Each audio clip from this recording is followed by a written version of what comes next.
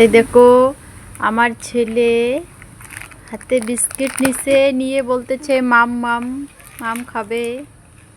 ও না মাম খেতে খুব ভালোবাসে, ওই জন্য ওকে বিস্কিট হাতে দিয়েছি।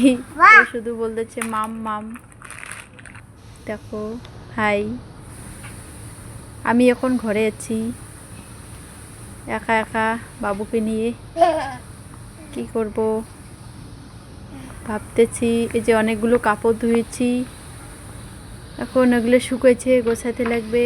এই যে বাইরে বাইরে প্রচণ্ড ধুলো। আমাদের বাড়িতে যে ধান ডাঙাতেছে, প্রচণ্ড ধুলো, একদম অন্ধকারের মতো হয়ে গেছে। ওই জন্য বাইরে বেশিক্ষণ থাকা যাবে না, ওই জন্য ঘরের ভিতরে আবার আসলাম, দরজা বন্ধ করে দিলাম। কি করব, ধুলোর মধ্যে বাইর হলে তো সর্দি কাশি লাগবে না, ওই জন্য ঘরে। এই যে এইখানে বিস্কিট আছে, আবার বার করলাম। এই যে আমার ছেলেকে দিব, দেখো এই যে বাবুকে দিলাম,